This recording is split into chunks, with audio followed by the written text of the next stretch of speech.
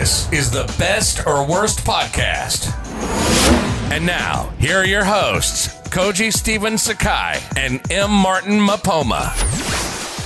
Alrighty, welcome. This is Koji. And this is Martin. And this is the Best or Worst podcast. This is our Thursday edition, so it's the second episode. If you haven't listened to the first episode where we got to know David, go back, listen to that. It came out a couple days ago.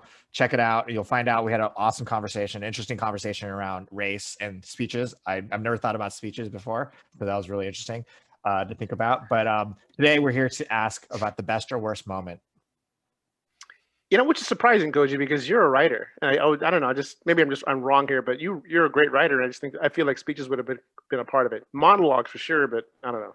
I mean, anyway. Sorry, I misspoke when I said I don't think about speeches. I don't think I always think about the people who give the speeches. I don't really think about the people who write the speeches. Just like most people, I'm a screenwriter, so most people don't think about the screenwriters. They think about the actors who are delivering the lines as if they wrote them. Like that's always makes me mad. I'm like, I thought they did. You think the actor could actually write that? Usually when the actor writes the line for me, I'm like, this is gonna be terrible. Only actually my last movie, the actor did a he's like, I'm gonna just write it. I'm like, oh no, but I don't want to say anything. And then he wrote it, and it was like the first time I'm like, wow, that was amazing. That's perfect. Because most people, most of the time, they just ruin it.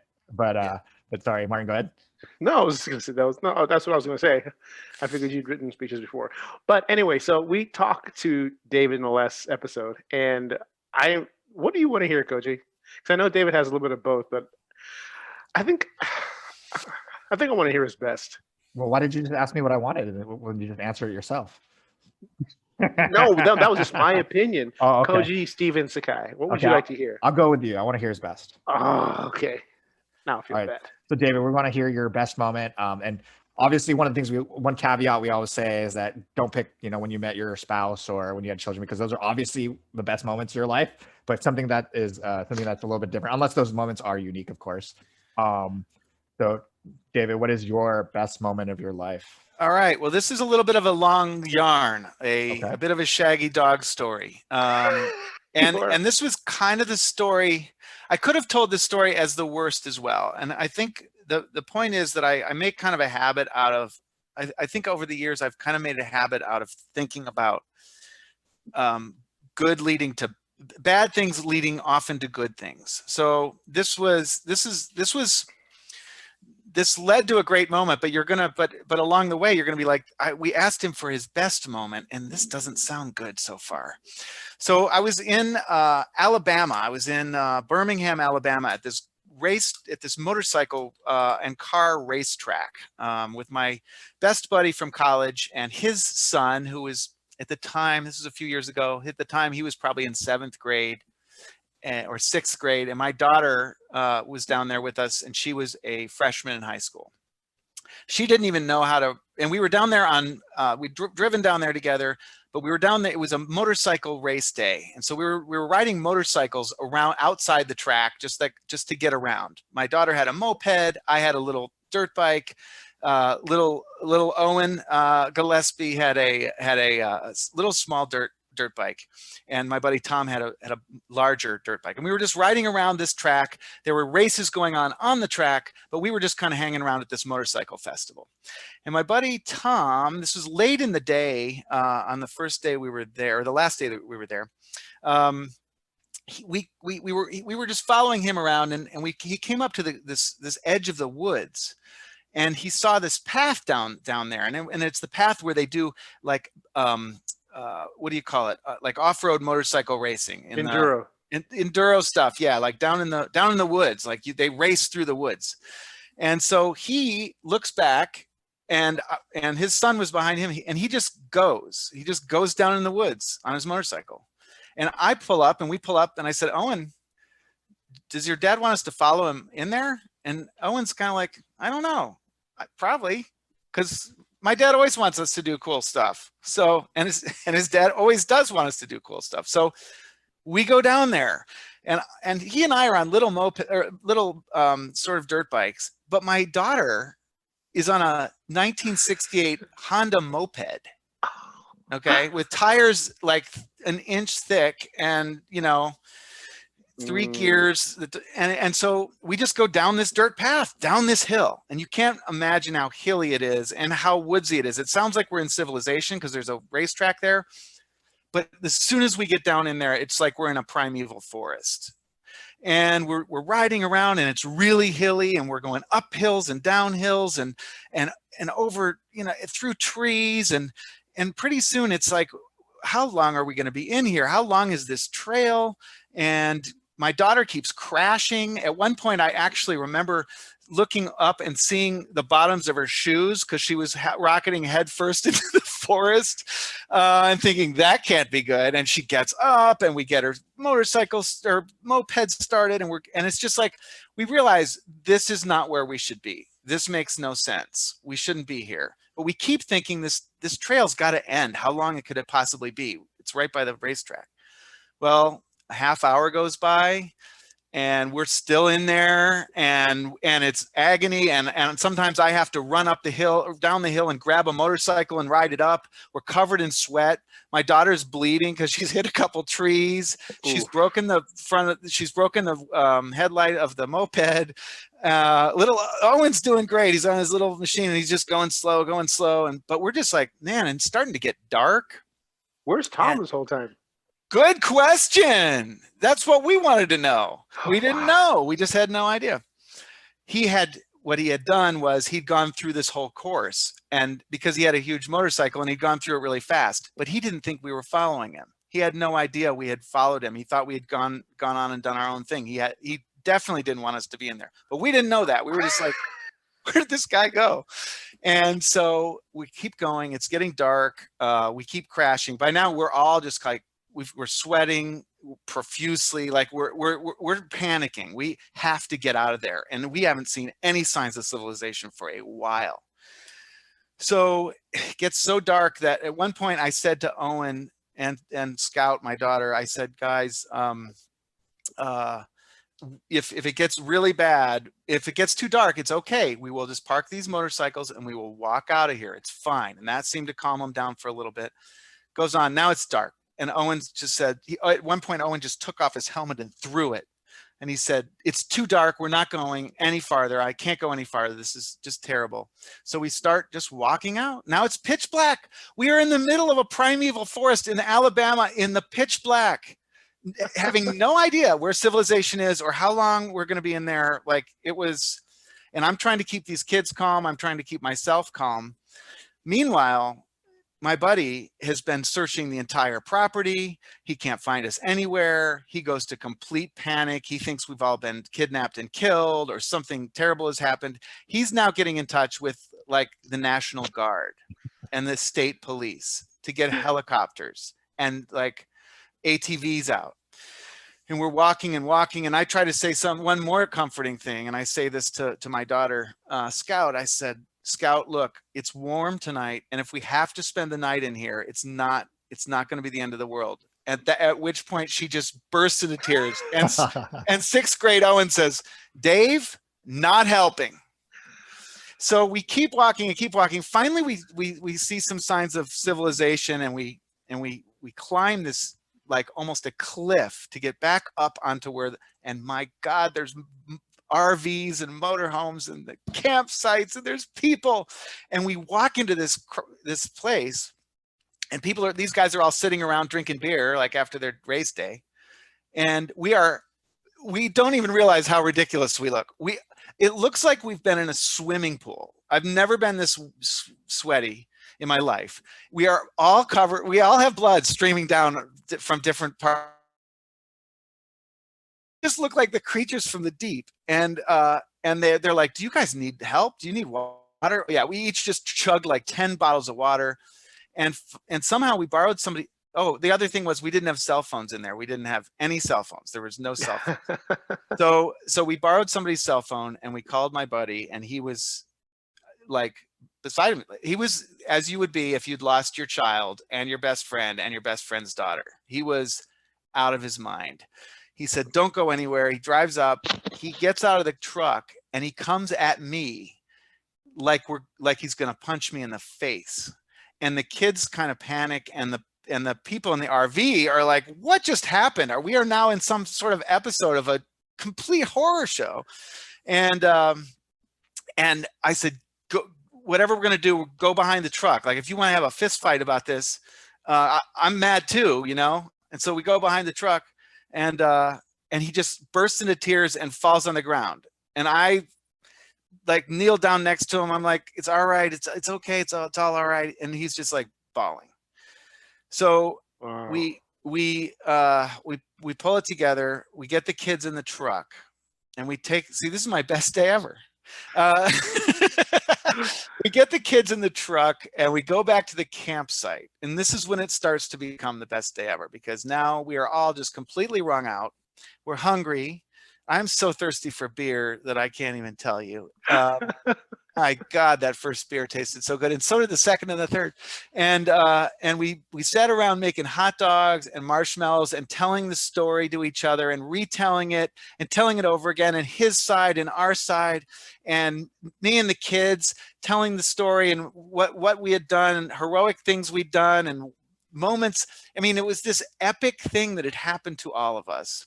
We had survived it, and we were now bonded, the four of us. And, you know, I don't know if you've had this experience with kids or whatever, but, you know, when you realize that you have attached your kids, I guess, you know, you see it with your kids with family, but it was like, I understood that by going through that together, Scout and Owen were now like brother and sister. They had gone through some shit together, and they had gotten out the other side. And Tommy and I have been, you know, brothers forever. And so that was okay. But also Scout was bonded with Tommy. Like, the four of us went into that just trying to have a goof off weekend. And we came home from that a crew, man. That evening, I was just so ecstatic. I just remember just not wanting to go to bed. I think we were up till 2 a.m. because we were just laughing, and it was so fun and funny that we'd gotten through this. But it was a profound moment. And it's kind of I have this passage in the book that I might read, that also underlines the theme that we're talking about here. Please do. Because this was really the worst day of my life, and the way I think about turning terrible things into good things. And so this is written mostly about when my mother died when I was young. I was in college. It says, what do I know about grief? I know what everyone knows about it.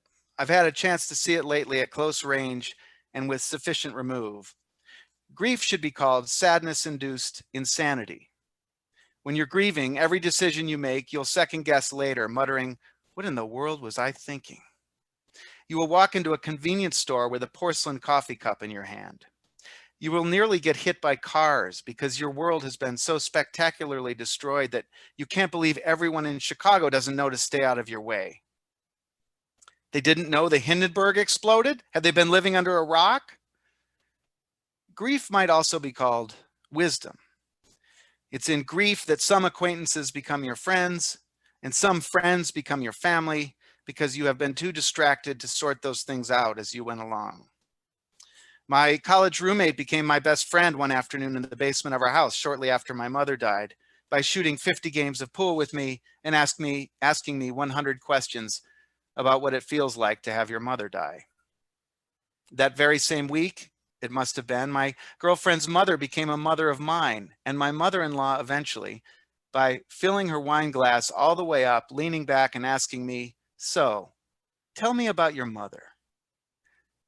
That was a good week. Grief might best be called God. Grief demands truth from those suffering through it and from those hoping to help. It exposes their egos and their lies, white and otherwise. Grief reveals everyone's limits, including those of the dead, and in doing so gives everyone one perfect shining chance to forgive everyone for everything. Everyone should take it. Grief reduces politicians and other celebrities to their properly plain status as someone we don't love, And grief exalts everyone we do love, dead and living, to where they belong, up in the sky. For however long we remember to hold them there, together, despite their madness and limitations and clumsiness and bad timing and vulnerable points of integrity and unfair judgment that finds us wanting too, wanting and beloved. Wow, that was Wow. really powerful. That was I love great. it. Yeah. That was amazing. How old was your daughter during this incident? That escapade, she was a freshman in high school. Yes, I thought. Yeah, Okay. yeah, she Man, was I a can't- freshman in high school. And the whole time she was like, oh my God, I'm sitting here at a stupid motorcycle thing in Alabama when all my friends are partying in Chicago. So we got her attention. I kept waiting to hear the banjos playing. It was close. It was like that. I tell you what, dude, it's crazy. It was crazy. Man, if you saw Burt Reynolds on a boat, you'd Run. run the other way. Yeah. When yeah, you think about that incident, how does it? What kind of lessons did you learn coming out of that whole experience? I mean, I didn't learn a lot of logistical lessons. If I was good at learning those, I probably wouldn't have ever gotten into an incident like that at age 49 or whatever I was in the first place. Because it was kind of a perfect storm. Like it was ridiculous that we didn't have cell phones. What was he thinking, though? I have to ask it before I forget. He was thinking this. And that's what my family wanted to know. Yeah. He was thinking that there was, first of all, he knew what was down there. So he knew that there wasn't even like a close one that we would, could, or should follow him down there. But we didn't know what was down there. So he was like, I'm out of here. And he says he signaled Owen, like, don't follow me down here. But Owen didn't see that. And I was 2 motorcycles back bringing up the rear, so I didn't see it. So he just thought, I'm going down like into the ocean here.